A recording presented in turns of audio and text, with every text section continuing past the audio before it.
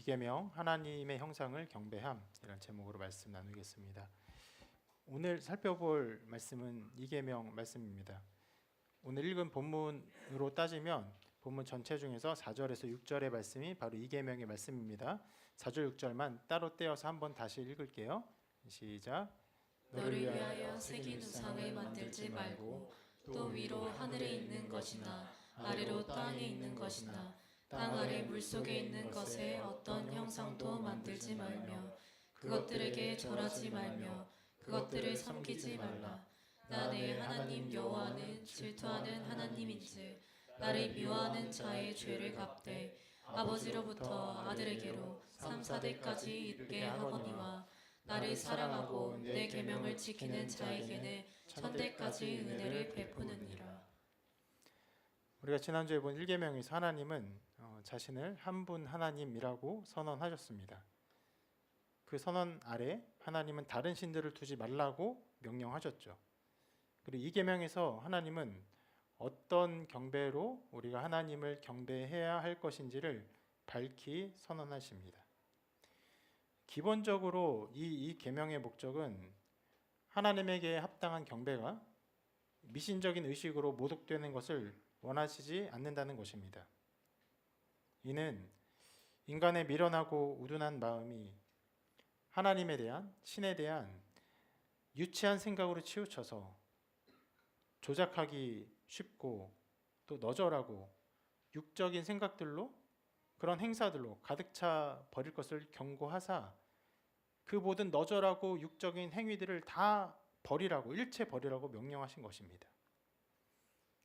이 2계명의 가장 명료한 지침은 이 우상숭배의 가장 큰 허물인 외형적 우상숭배, 그것을 지적하신 것입니다. 그리고 하나님이 받아 마땅하신 경배, 우리가 아까도 계속 잠깐 이야기한 것처럼 영이신 하나님, 어떻게 경배해야 하는가, 예배 시작 전에도 영이신 하나님에 대해서 또 대표기도 중에도 영과 진리로 한 것들을 함께 나누었죠. 이렇게 하나님께 드려야 될 마땅한 경배가 어떤 것인지를 알게 하사 우리가 그 길을 따르게 하신 것입니다. 이 두 번째 계명은 두 가지 부분이 있습니다. 첫째 부분은 무한하신 하나님을 감히 우리의 감각적 지각에 예속시키려는, 좀 쉽게 표현하면 하나님을 다른 형상으로 나타내려고 하는 우리의 무엄한 짓거리를 금지합니다. 보통 제가 설교 중에 이런 짓거리라는 표현을 쓰지 않는데 그것은 짓거리입니다. 하나님의 형상을 다른 것들로 만들어 하는 것, 형상으로 만드는 어떠한 일종의 태도들. 말씀 다시 보면 이렇게 돼 있죠. 너를 위하여 새긴 우상 만들지 말고 또 위로 하늘에 있는 것이나 땅 아래로 땅에 있는 것이나 땅 아래 물속에 있는 것에 어떤 형상도 만들지 말며, 이것이 인간이 하는 우리의 감각적 지각, 우리의 이성, 우리의 감정, 우리의 생각, 그것 아래 하나님의 어떠함을 가두어두는 행위들입니다. 그리고 둘째 부분은 종교의 이름으로 어떤 형상을 경배하는 것을 일체 금지합니다. 말하죠. 그것들에게 절하지 말며 그것들을 섬기지 말라.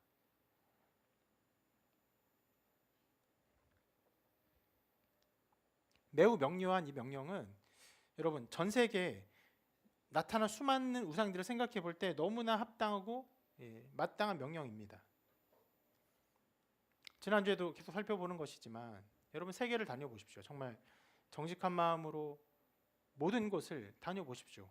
그 어떤 곳에서도 영적인 것을 숭배하는 일체의 우상을 만나지 않을 수 있는 곳이 없습니다. 어쩜 그렇게 모든 사람이 열심으로 우상을 만드는지 기이할 정도로.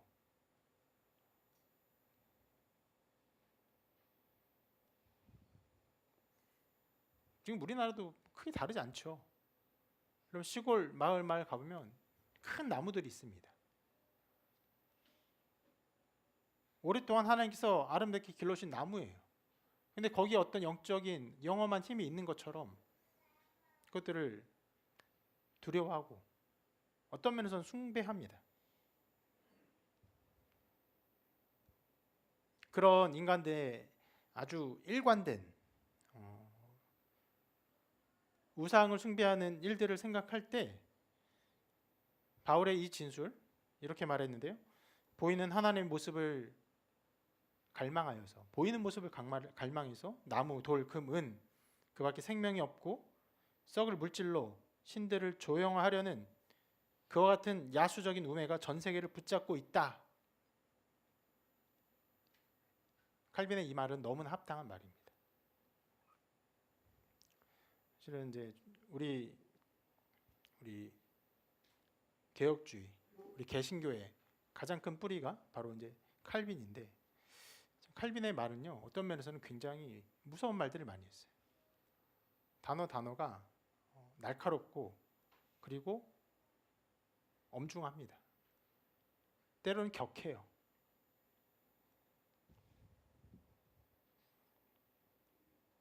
그런 어리석음이 가득하기에 이렇게 말합니다. 어떠한 형상이라도 하나님을 형상하게 되면 불경건의 허위로 말미암아 하나님의 영광 파괴된다.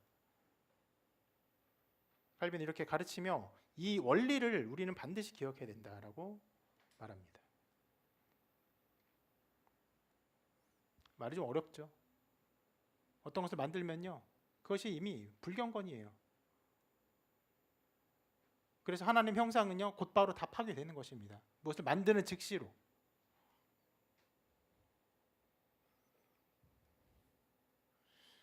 이러한 인간의 일관된 우상 숭배에 대해서 이사야는 그렇게 비판합니다. 비물질적인 하나님을 물질적인 것으로, 볼 수 없는 하나님을 볼 수 있는 형상으로, 영이신 하나님을 무생물로, 무궁하신 하나님을 나무, 돌, 황금 같은 것으로 만들 때 하나님의 어미한 위엄은 부당하고 터무니없는 허상으로 더럽혀진다. 그렇게 가르쳤습니다. 말씀으로는 조금 더 간단하게 이렇게 말씀했어요. 이사야 말씀 같이 읽어볼게요. 시작. 하겠으며 무슨 형상을 그에게 비기겠느냐. 우상은 장인이 부어 만들었고 장색이 금으로 입혔고 또 은사슬을 만들 것이니라. 궁핍하다는 거제를 드릴 때에 썩지 아니하는 나무를 택하고 지혜로운 장인을 구하여 우상을 만들어 흔들리지 아니하도록 세우느니라. 이것이 우상이에요. 무엇입니까? 만든 거예요. 다 사람이. 어떤 거대한 무엇인가라고 생각하지만 사람이 다 만든 것뿐입니다. 그런 면에서 인간이 조용하지 않고 스스로 자란 어떤 거대한 나무들을 숭배하는 것은 그것보다는 한켠 나은 것이 아닌가 생각할 수 있지만 그것도 어리석은 일이죠. 하나님께서 비를 내리시고 땅에 양분을 주사 작은 씨앗이 크게 자라서 하나님의 창조의 아름다움을 보게 하셨는데 그것을 두려워하며 숭배하는 일들을 하게 되는 것입니다. 그런데 이 말씀에 나온 것처럼 끝에 그렇게 말씀하죠. 지혜로운 장인을 구하여 우상을 만들어 흔들리지 아니하도록 세우느니라. 이거 무엇입니까? 우상을 향한 열심이에요. 지극한 열심이 있어요. 여러분, 우상을 숭배하는 그 모든 것들, 모든 종교적인 것들이 열심을 가지지 않은 것이 없습니다. 지난주에 우리 주일학교 학생들과 살펴본 말씀에서도 엘리야가 바알을 섬기는 또 아세라를 섬기는 우상 숭배자들과 대결할 때 그들이 하나님 그들의 신으로부터 불을 내려달라고 기도할 때 불이 내리지 않으니까 어떻게 합니까? 자기 몸에 피를 내요, 상처를 내요. 무엇대로? 그들의 규례대로. 그러니까 그들은 규례를 가지고 있어요. 어떻게 해요? 신을 감동하기 위해서 너희의 마음과 실은 너희의 몸에 어떠한 희생을 드려라. 심지어 몰렉을 섬기는 그 우상들은 그 몰렉을 섬기기 위해 무엇을 요구합니까? 바로 자녀를 바쳐라. 수많은 우상들의 그 규례들, 그들의 섬기는 모습을 보면 전 세계에 여러분 자녀를 인신제사 드리는 일들이 비일비재하게 나타납니다. 이게 무엇이에요? 우상을 섬기는데 정말 치열한 어떤 면에서는요 신앙인들의 신앙의 열심보다도 더 큰 열심을 가지고 있어요.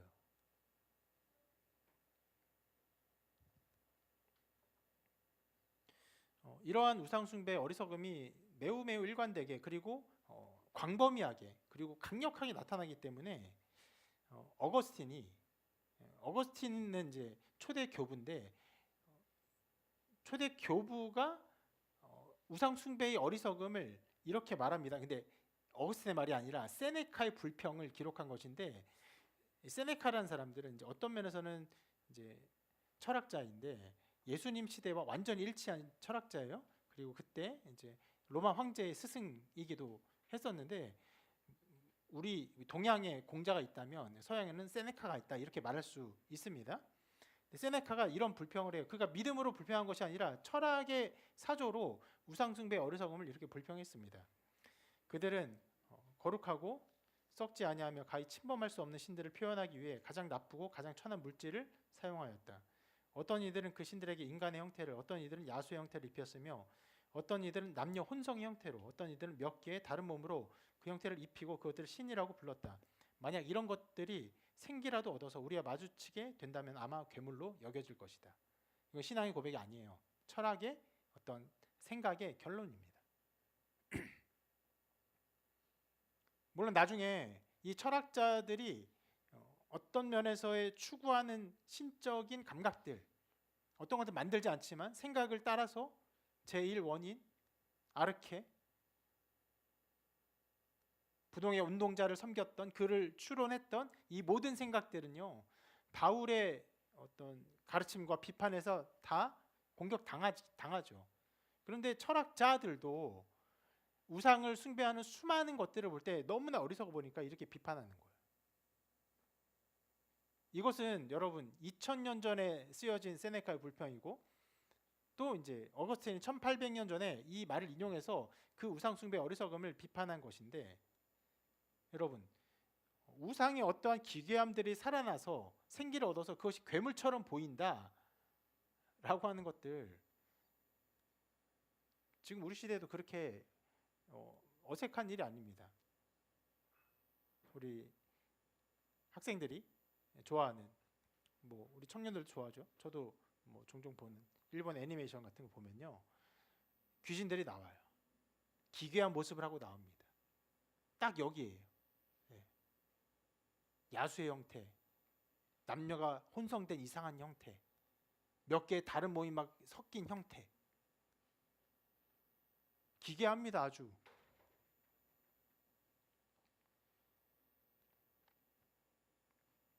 그것들이 나와서 어떤 모습들을 보입니까? 신의 형태, 신의 형태를 보여요. 인간의 능력을 초월한 어떤 것들을 보여요. 그러면 일본은 그런 것들을 그냥 만화의 소재로만 씁니까? 아니면 그런 신앙 가운데 살아갑니까? 그런 신앙 가운데 살아가죠. 굉장히 어리석은 일들이 아주 오래전에, 그때나 실은 하나님께서 이 십계명을 말씀하신 그 수천 년 전이나 아니면 예수님께서 말씀하신 2000년 전이나 지금이나 크게 다를 바 없이 동일하게 여러 형태와 모양으로 나타난다는 것을 알 수 있습니다. 그런데 그런 우상들을 섬기는 것보다 어떤 면에서는 조금 더 큰 문제가 있습니다. 그것은 하나님을 섬기면서 이런 우상들을 쉽게 만들어낸다는 것입니다. 특히 이 잘못에 있어서는 카톨릭의 잘못을 말하지 않을 수 없어요. 수많은 조각들을 만들어냅니다. 그 목적이 무엇이에요? 신앙을 고취시키는 것이에요. 할 수 있으면 여러분 유럽에 다 여행 가고 싶죠? 가서 유럽의 수많은 건축물들 보십시오. 성당들 보십시오. 그것들이 어떤 면에서 신앙의 결과들이에요. 수많은 상들이 있습니다. 정말 수많은 상들.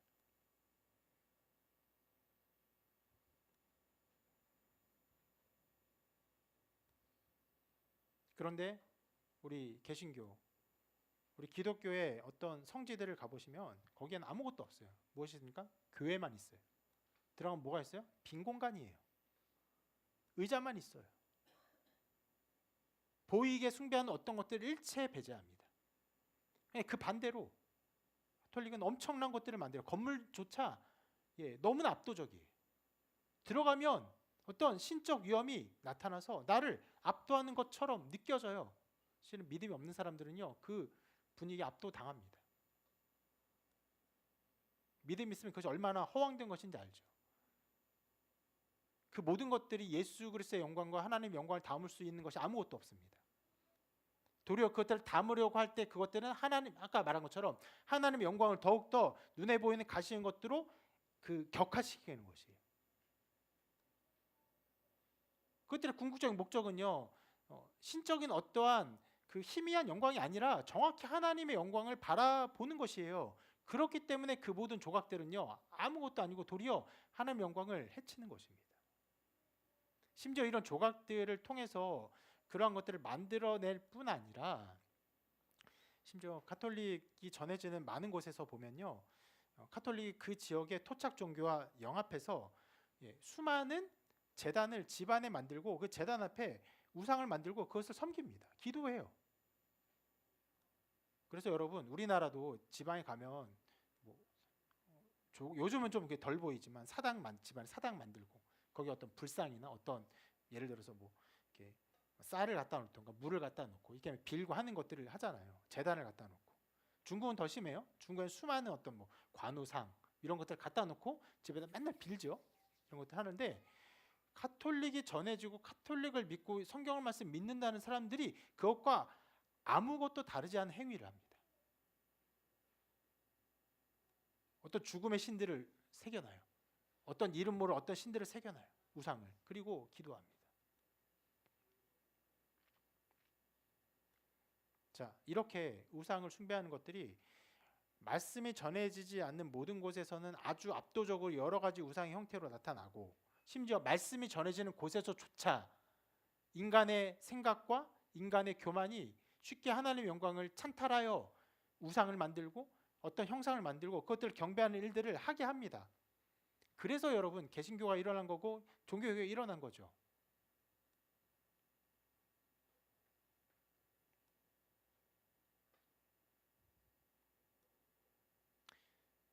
그런데 이런 모든 문제들, 어떤 우상을 만들고 그것을 섬기고 절하는 것이나 아니면 가톨릭이 만드는 수많은 조각들의 문제는 실상 우리에게는 조금 거리가 있는 이야기예요. 감사한 일입니다. 이 면은 정말 감사해요. 그러나 그럼에도 불구하고 우리가 이 계명을 생각함에 있어서 우리가 돌아보아야 할 자리가 있습니다. 왜 그렇습니까? 우리 각 사람이 이런 형상을 만들지 않고 이것을 섬기지 않는다 할지라도 하나님 외에 우리 예배의 중심이 되는 것이 있다면 그것 역시 우상이기 때문입니다. 여러분 마음 안에 그리스도를 대신하는 어떤 것이 있습니까? 그것이 바로 우상이에요. 기본적으로 그리스도인은요, 눈에 보이는 우상들을 싫어하고 더 나아가 혐오합니다. 여러분 설악산 가면은 설악산 그 국립공원이에요. 우리나라에서 운영하는 국립공원 들어가자마자 곧바로 엄청난 커다란 불상을 보게 돼요. 그 앞에 수많은 기와장과 기와장에 써놓은 기도문들을 보게 됩니다. 그것이 정말 안타깝게 보이지 않고 어떤 면에서 한신스럽게 보이지 않는 그리스도인이 어디 있습니까? 헛된 것에 절하며 헛된 것을 섬기고 다른 것들을 우리는 정말 안타깝게 생각해요. 그런 것에 우리는 끌리지 않습니다. 그러나 우리가 그런 것들에 끌리지 않다 할지라도 쉽게 끌리는 것들이 있습니다. 돈을 사랑하는 것, 권세를 추구하는 것, 심지어 자기 자신을 사랑하는 것. 이 일에 수많은 그리스도인이 넘어집니다. 그래서 우상숭배를 얘기할 때 언제나 이 일들, 하나님 외에 다른 것을 섬기는 일들 말하지 않을 수 없습니다. 다만 오늘은요, 말씀 자체가 하나님의 형상을 만드는 일에 대해서 말씀이 좀 더 집중하고 있기 때문에 조금 더 우리의 마음의 내적인 우상숭배에 대한 것은 더 다루지 않겠습니다. 실은 이것들, 돈, 권세, 자기 사랑, 이것은 이거 하나하나만으로도 이야기할 것들이 많이 있죠. 우리는 이 계명에 따라서 하나님의 형상을 올바로 경배하는 것을 좀 더 살펴보고자 합니다. 기본적으로 계속 말씀드린 것처럼 이 계명은요, 하나님의 형상을 만들지 말아라, 어떤 우상을 만들지 말아라, 이게 명령을 하죠. 어떤 것도 만들지 말로 명령하고 있는데, 자, 인간이 하나님의 형상을 만들면 안 되는데, 그렇게 해서는 안 되는 걸 안 된다고 명령하고 있는데, 그 반대로 하나님은 하나님의 형상을 만드십니다.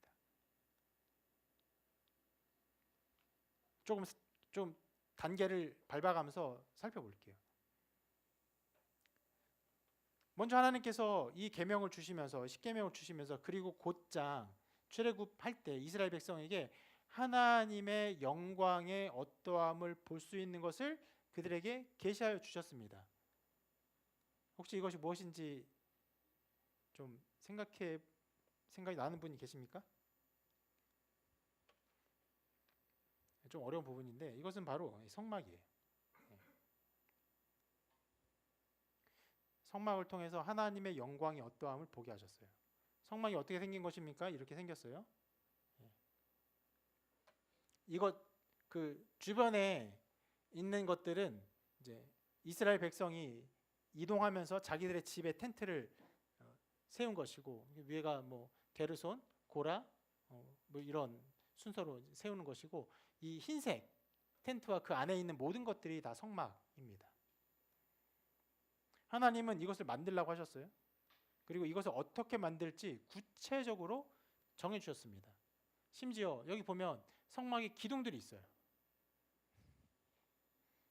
이게 파워포인트가 안 돼서 이거 좀 손으로 가르치자면 이런 기둥들이 있어요. 이 기둥들. 네. 이 기둥들의 숫자도 정확히 하나님께서 말씀해 주셨습니다.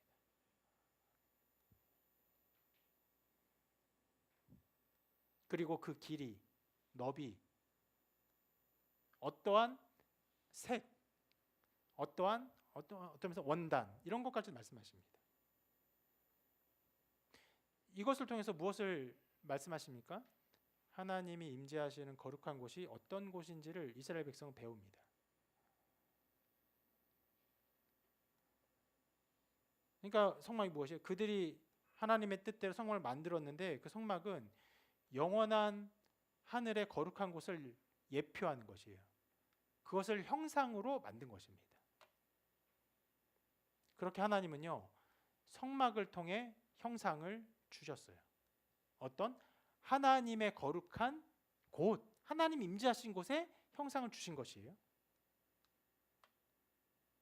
그리고 하나님은 이 성막 안에 또 다른 것으로 하나님의 임재를 보이십니다. 그것은 바로 성막에 있는 성소 안에 있는 지성소 안에 있는 언약궤 위에 있는 시은소입니다.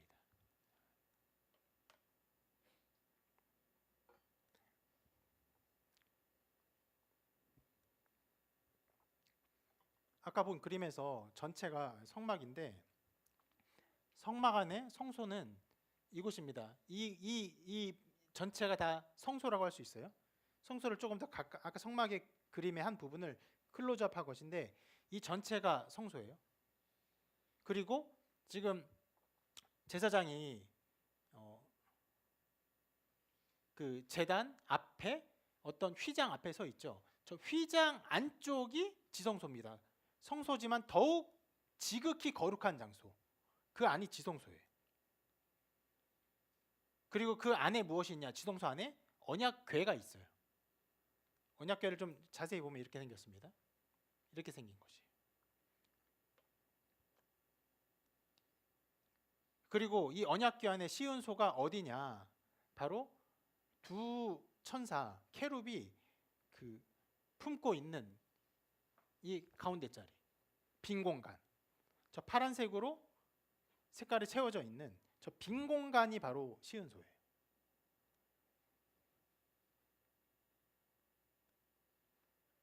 거기에 하나님이 임재하세요. 그러니까 어디예요?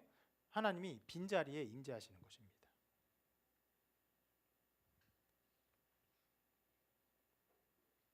그러니까 성막 전체를 보이셨지만 정작 하나님이 임재하시는 가장 중요한 장소는 어디냐? 그 케룹 그 사이인데 거기에 빈 공간이에요. 시은소가 흡사 하나님이 임재하신 보좌처럼 성경이 종종 표현되어 있어서 성경을 처음에 읽거나 이 시은소나 보좌를 처음에 읽어보면 하나님 임재하신 어떤 자리가 있거나 의자가 있거나 그런 어떤 그런 것들이 있으리라고 상상하지만 실은 하나님 임재하신 그 공간은요 그냥 빈 공간입니다. 이것은 두 가지를 나타내는데, 먼저 하나님이 눈에 보이는 모습으로 임재하실 수 없다는 것을 나타냅니다.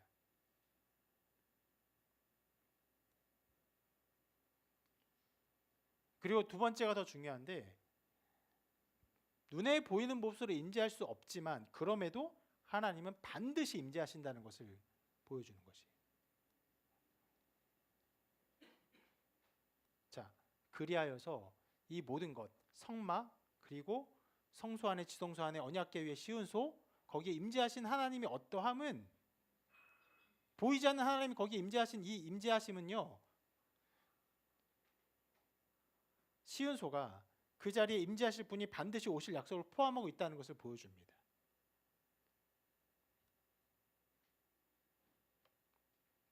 하나님이 보이지 않게 임재하세요? 근데 그것만이 아니라 하나님이, 이것은 예표예요. 예표. 성막도 다 예표입니다. 완성이 아니에요. 그렇기에 이렇게 임재하신 하나님은 반드시 보이는 하나님으로 우리에게 오시며 우리에게 임재하실 것을 예표하는 것이에요. 그러면 여러분, 그 보좌가 바로 누구의 보좌입니까? 눈에 보이는 하나님을 오신 분이 누구십니까? 바로 예수님이세요. 예수 그리스도를 위해서 예비된 보좌입니다.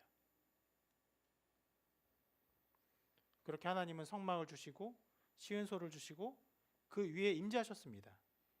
그리고 하나님은 그렇게 그런 예표되는 형상들을 주셨을 뿐 아니라 수많은 선지자들을 통해서 다윗의 후손으로 하나님의 구원자가 오실 것을 예언하셨습니다.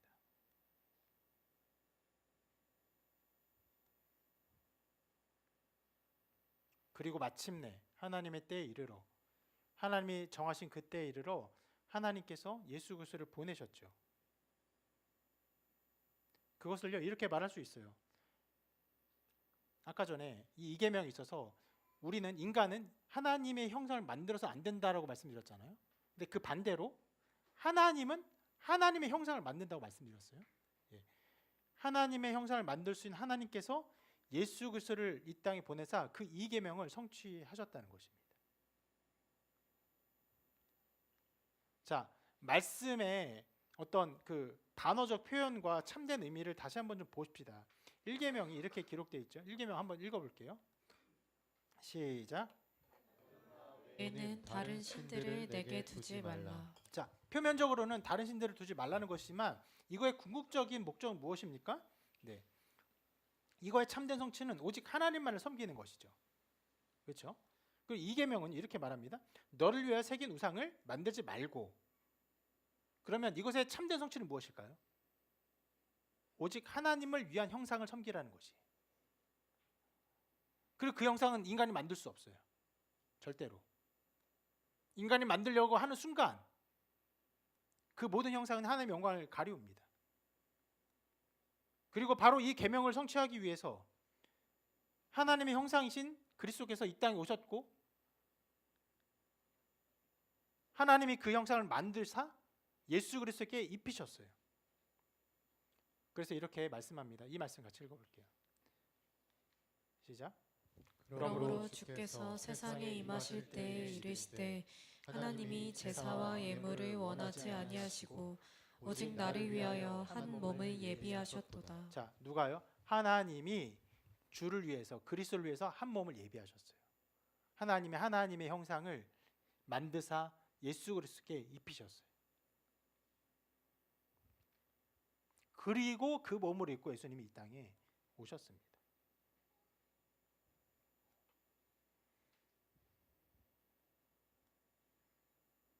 그래서 또 다른 말씀에서도 예수님이 어떤 존재인가를 이렇게 말씀합니다. 중요한 말씀이에요. 읽어볼게요.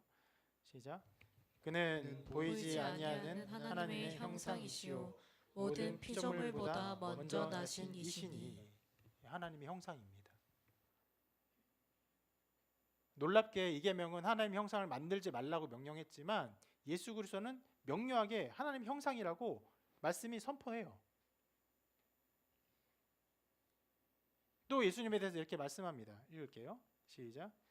그 안에는 신성의 모든 충만이 육체로 거하시고. 여러분, 인간이 설명할 수 없는 일들이 일어나요. 뭐예요? 신성의 모든 충만 육체로 거해요. 이게 어떻게 일어날 수 있는 일입니까? 육체가 어떻게 신성의 모든 것들을 다 가질 수 있어요? 아주 단순하게 말해도 하나님은 영이세요. 성자 하나님도 영이십니다.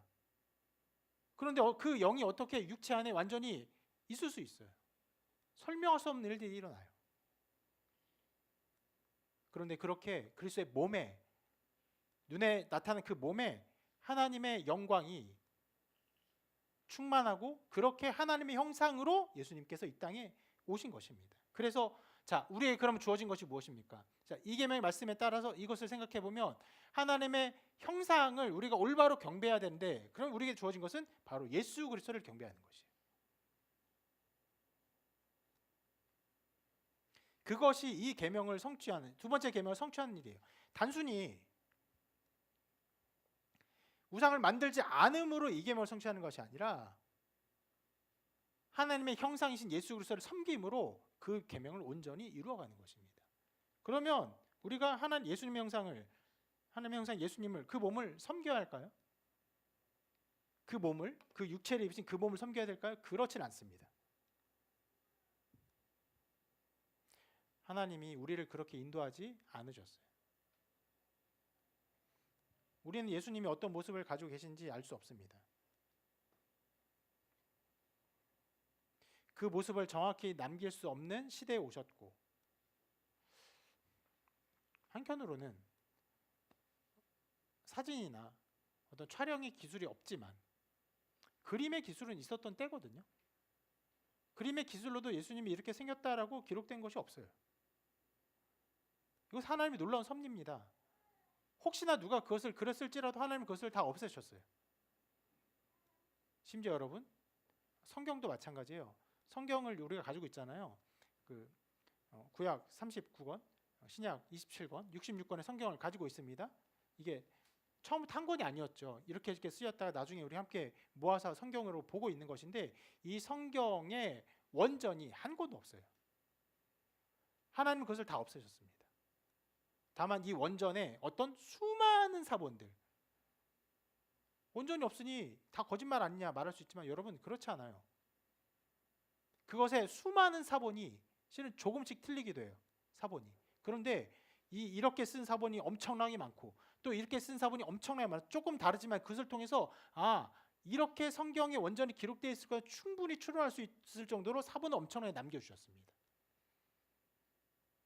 그래서 무엇을 하셨어요?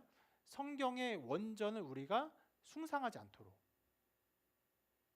하셨어요. 그와 똑같이 예수님의 어떤 모습을 우리가 숭배하지 않도록 성경은 어떤 기록도, 또 이 세계 역사는 예수님의 어떤 기록도 남겨놓지 않았습니다. 우리 이것을 기억해야 돼요. 성경으로도 예수님이 어떤 모습인지를 주지 않으셨다는 것을 반드시 기억해야 됩니다. 예수님의 모습에 대한 성경의 부제는요, 하나님의 의도예요. 성경을요, 구약성경, 신약성경으로 말할 수 있고, 구약성경 풀어서 뭐라고 말할 수 있습니까? 오실 예수님에 대한 책입니다. 그럼 신약성경 무엇이에요? 오신 예수님에 대한 책이에요. 그리고 다시 오실 예수님에 대한 책이에요. 이 모든 것은 예수님에 대한 책이에요. 그런데 그럼에도 불구하고 예수님에 대한 외적 기록이나 모양에 대한 기록이 없어요. 다만 그런 것들이 있죠. 흠모할 만한 것이 없는 그런 모습이다.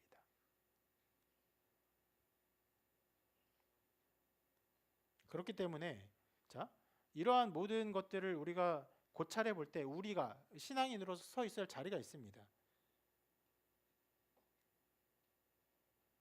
그것은 어떤 형태로든 예수님의 모습을 생각하거나 떠올리거나 혹은 예수님의 모습을 조성해서는 안 된다는 것이에요.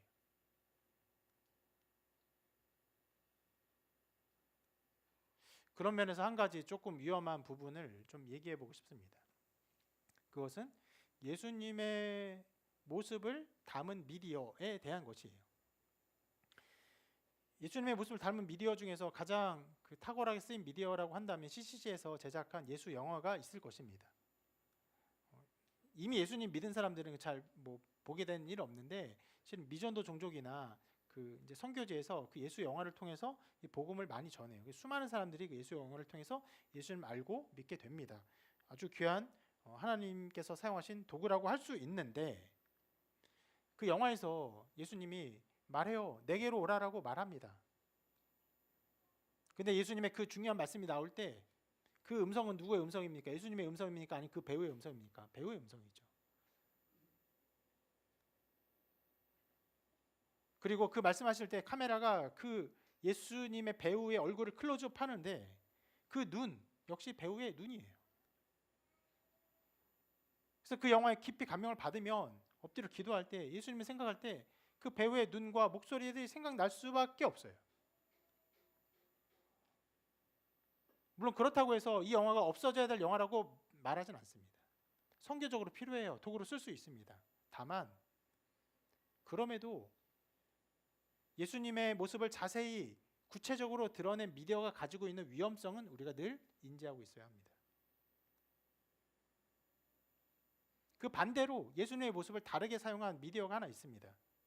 그림이에요. 렘브란트의 그림인데 이 그림 한번 보십시다. 그리스도를 부인하는 베드로라는 작품이에요. 여인이 실은 여종이 너가 그 사람이냐 말할 때 베드로가 약간 흠칫 놀라면서 돌아보는 그 장면입니다. 베드로고 여자예요.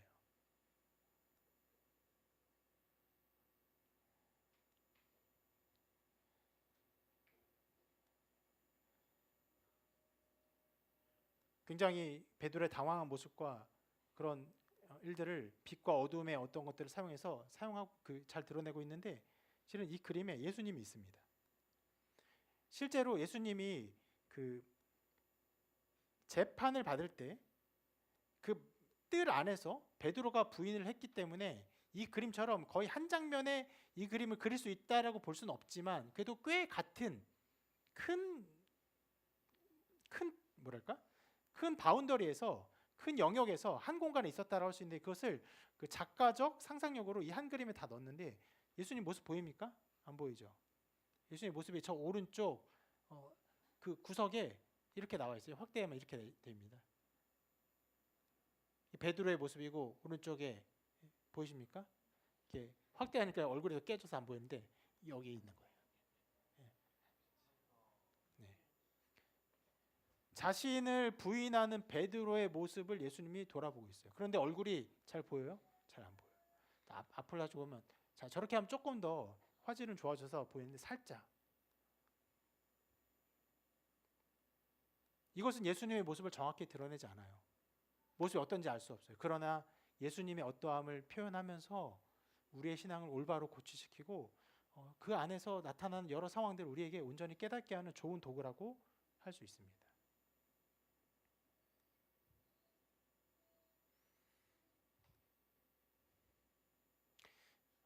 자, 이렇게 우리가 예수님을 섬길 때 예수님이 하나님 형상이지만 그분을 눈으로 보이는 어떤 가시적인 그 육체로 혹은 그 얼굴로 어떤 모양으로 그림으로 어떤 배우의 얼굴로 생각하는 건 굉장히 위험하다고 말씀드렸습니다. 근데 무엇보다 말씀이 우리에게 가르쳐줘요. 우리가 예수님을 어떻게 섬겨야 하는지 선명하게 말씀해 주셨습니다. 이건 지난주에 본 말씀하고 똑같아요. 이 말씀 한번 읽어볼게요. 시작. 마침 구름이 와서 그들을 덮으며 구름 속에서 소리가 나되 이는 내 사랑하는 아들이니 너희는 그의 말을 들으라 하는지라. 자, 이 말씀을 들은 사람은 제자들이에요. 하나님께서 구름 속에서 말씀하셨습니다. 그리고 그때 어떤 모습을 본 것이에요? 변화산에서 예수님의 얼굴과 옷에 광채가 나서 정말 세상에 빨래하는 사람이 그렇게 희귀할 수 없을 정도로 엄청나게 눈부신 광채를 보는 중에 이 말씀을 하셨어요. 그럼 제자들이 무엇을 본 것입니까? 예수 그리스도의 얼굴에 있는 하나님의 영광의 광채를 보았어요. 그 빛을 본 것이에요. 그런데 그런 상황에서 하나님은 제자들에게 너희들이 보고 있는 그 모습, 영광 가운데 빛나는 예수님의 모습을 길이라고 말씀하지 아니하셨고 그냥 주님의 말씀을 들으라고 명령하셨습니다. 실제로 영광 가운데 빛나신 예수님의 모습도 변화산에 내려올 때 그 영광이 다 사라지게 하셨어요. 무슨 목적이에요? 더 이상 그것을 주목하지 못하게 하는 목적이에요. 하나님의 사역에는요 반드시 목적이 있습니다. 나중에 주님이 승천할 때도 동일하죠. 승천하실 때 제자들이 쳐다보고 있으니까 이제 천사가 와서 말합니다. 이 올라가면 더 이상 보지 못하게 하는 것이다. 그 영광이 사라진 것도 마찬가지예요. 그것을 주목하지 못하게 하려는 것입니다. 그리고 명료하게 말씀하시죠. 뭐라고요? 너희는 그의 말을 들으라. 그럼 우리가 주님을 어떻게 섬기고 경배할지를 알 수 있어요. 무엇입니까? 오직 주의 말씀을 듣는 것이 주님을 섬기는 방법입니다.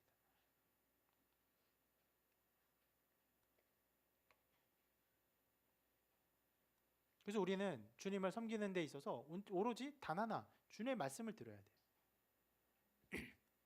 어떤 형상, 어떤 화상, 어떤 조각, 일체의 것을 반드시 배격하고, 혹 여러분이 예수님에 대한 어떤 이미지가 있다면, 실은 우리가 보통 가지고 있는 그 이미지가 있어요. 그 흰 원피스, 통으로 된 호지하는 옷을 입으시고, 이렇게 빨간 것을 이렇게 두르시고, 이렇게 머리 이렇게 하시고, 눈매가 되게 선하시고.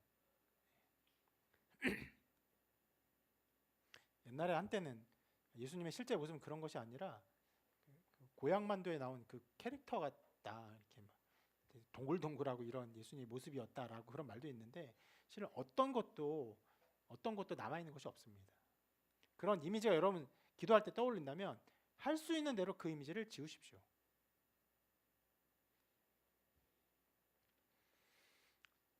자, 우리가 주님을 경배하고 하나님 형상 예수 그리스도를 경배하는 방법에 주님의 말씀을 듣는 것인데, 자, 특히 이 형상과 관련해서 예수님을 어떻게 따라야 하는지 예수님의 가르침이 나타난 곳이 있습니다.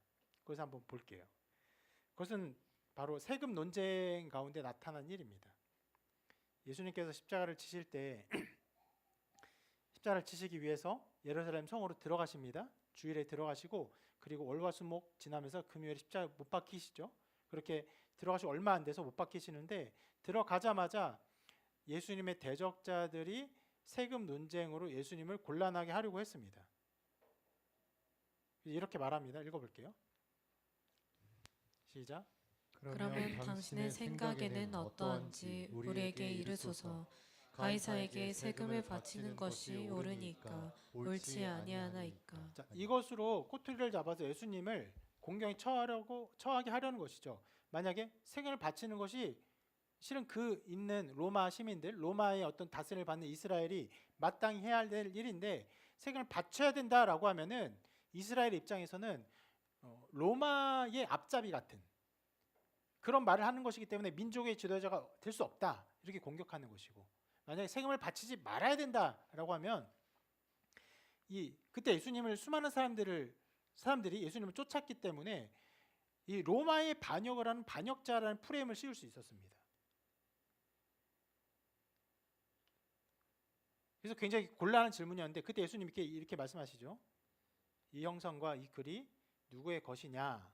바로 그 동전, 가이사에게 바쳐야 되는 세금 동전을 가지고 그렇게 물어보는 것이에요.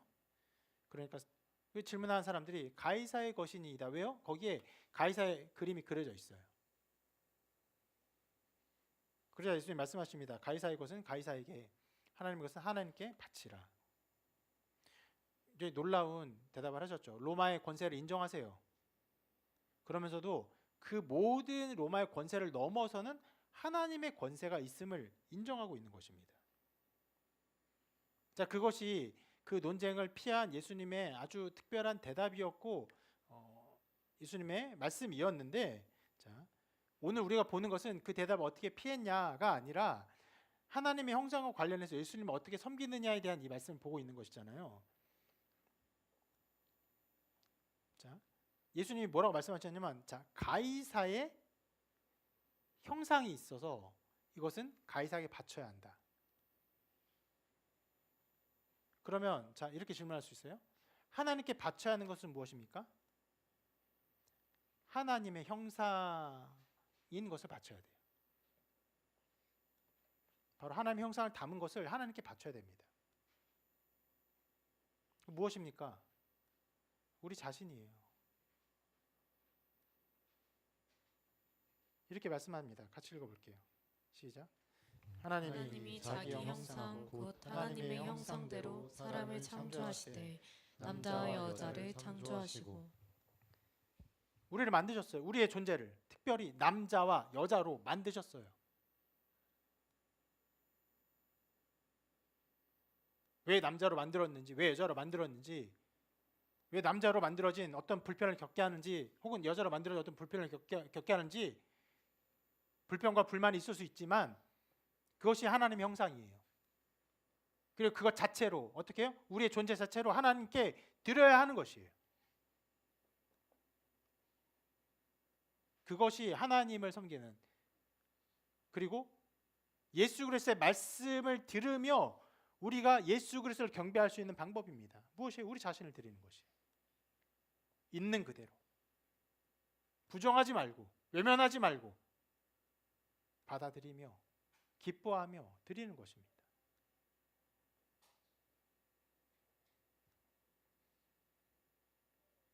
특히 그 몸 자신을 하나님께 드리는 것에 있어서 예수님은 하나님께 자신을 드리는 것이 무엇인지를 알고 있는 분이십니다. 왜요? 예수님이야말로 하나님의 형상을 가진 첫 번째 존재이기 때문입니다. 아까도 본 말씀이에요. 이 말씀 다시 한번 읽어볼게요. 시작. 그는 보이지 아니하는 하나님의 형상이시요 모든 피조물보다 먼저 나신 이시니. 모든 피조물보다, 모든 만물보다도 먼저 계셨어요. 먼저 나셨습니다. 성부로부터 나셨어요. 영원히 나십니다. 그런 존재신데 하나님의 형상으로 계셨어요. 그분은 첫 번째 하나님의 형상이세요. 첫 번째 하나님의 형상이 마침내 때에 이르러 인간의 형상까지 그 몸에 담으시고 우리에게 오셨습니다. 그리고 그분은 특히 자신을 들으셨어요. 어떻게 하셨습니까? 자기를 순종하셨어요. 순종하심으로 죽기까지 순종하셨습니다. 사람의 모양으로 나타나서 자기를 낮추시고 죽기까지 복종하셨으니 곧 십자가에 죽으심이라.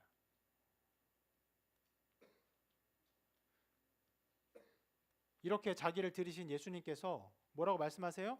하나님의 것은 하나님께 드려라. 너희가 하나님의 형상으로 만들어진 존재가 아니야. 너희 자신을 하나님께 드려라 라고 말씀하세요.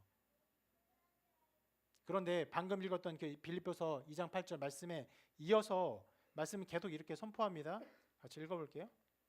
시작.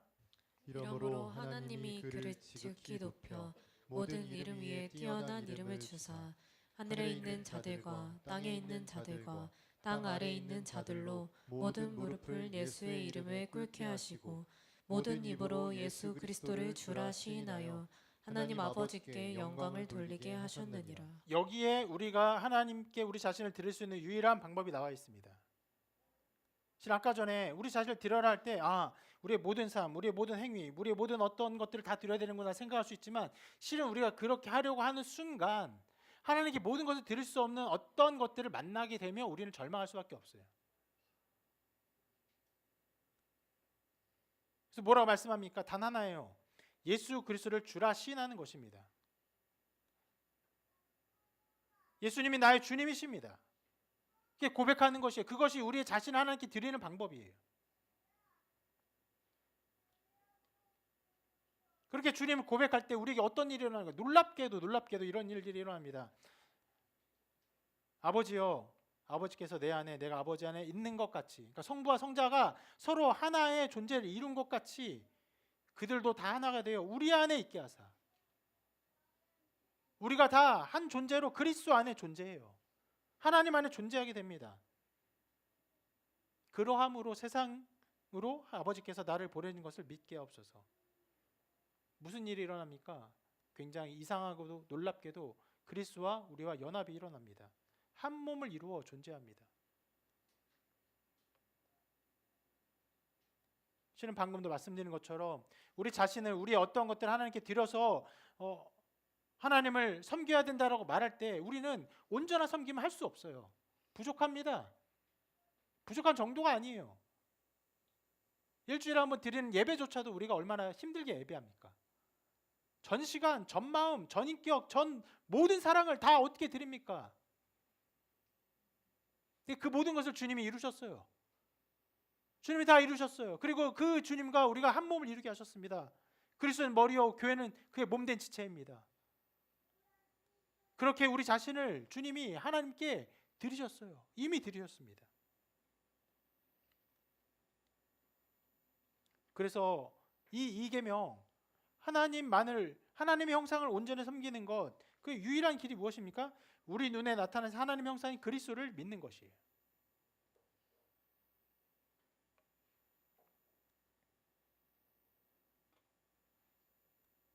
이것이 오늘 말씀의 결론이고 전체입니다. 굉장히 많은 말했지만 실은 우리가 해야 할 일은 단순합니다. 단 하나예요. 예수 그리스도를 주라 신하며 주를 믿는 거예요. 그것이 모든 것입니다. 신앙에 있어서 예수 그리스도를 고백하고 믿는 것 외에 수많은 것들을 우리가 하게 됩니다. 많은 순종과 애씀과 수고를 하게 돼요. 여러분, 그러나 주를 믿는 것이 우리의 모든 것임을 반드시 알아야 됩니다. 다른 것을 의지하는 순간 우리는 우리의 모든 행위와 의지의 연약함과 부족함을 늘 느끼게 돼요. 그리고 반드시 깨집니다.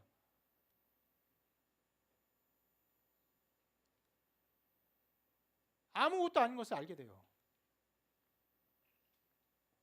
우리를 위해서 모든 것을 이루신 주님을 바라보고 그 이름을 높여서 모든 입으로 예수 그리스도를 주라 시인하게 하신 하나님의 뜻에 겸손히 순종해야 됩니다. 우리가 예배를 시작할 때 하나님의 하나님 되심을 고백하고 그리고 꼭 예배 시작하자마자 우리의 신앙을 고백하죠. 그렇게 신앙을 고백하는 것이 우리 예배의 기본이에요. 그리고 또 모든 것입니다.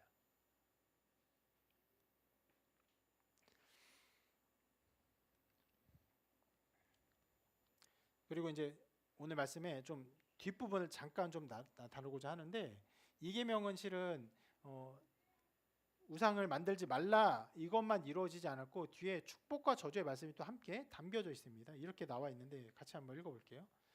시작. 나를 미워하는 자의 죄를 갚되 아버지로부터 아들에게로 3, 4대까지 이르게 하거니와 나를 사랑하고 내 계명을 지키는 자에게는 1000대까지 은혜를 베푸느니라. 여기서 하나님을 미워하는 것이라 나를 미워하는 자 이거 어떤 자입니까? 네, 하나님의 형상을 참되게 섬기지 않는 자는 하나님을 미워하는 것이.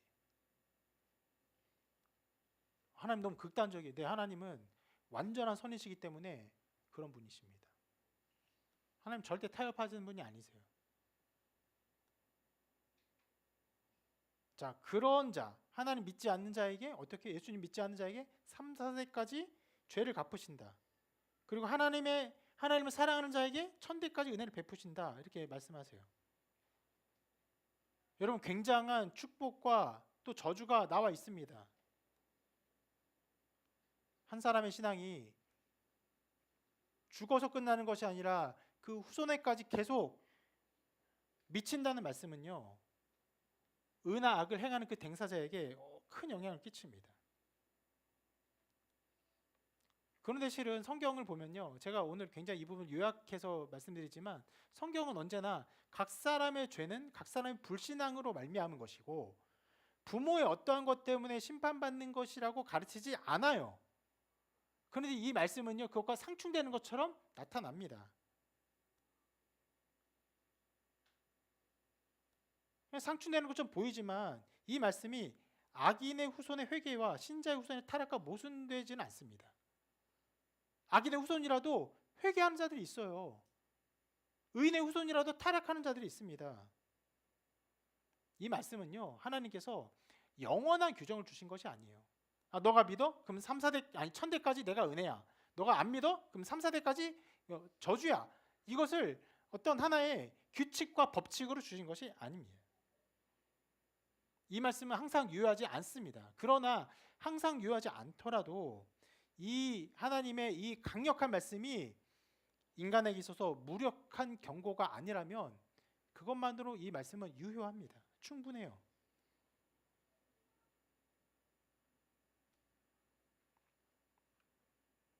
그렇게 우리에게 온전한 신앙의 걸음을 걷기 위해서 이 말씀을 주신 것입니다.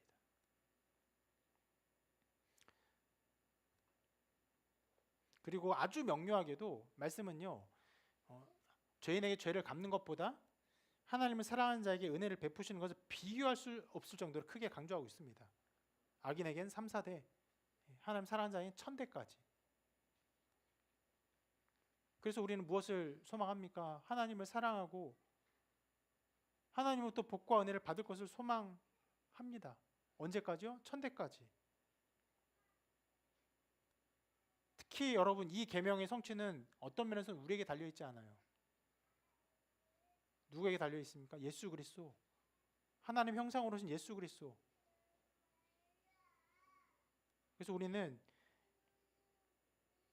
그리스도 안에서 1000대까지 이어질 은혜를 소망할 수 있는 것입니다. 주님이 나와 내 후손에게도 은혜와 복을 내리실 것을 믿음으로 바라보며 즐거워할 수 있는 것입니다. 그런 말씀을 기억하며 믿음으로 굳게 서시고 오직 예수님만 바라보는 여러분의 신앙이 되시기를 주님의 이름으로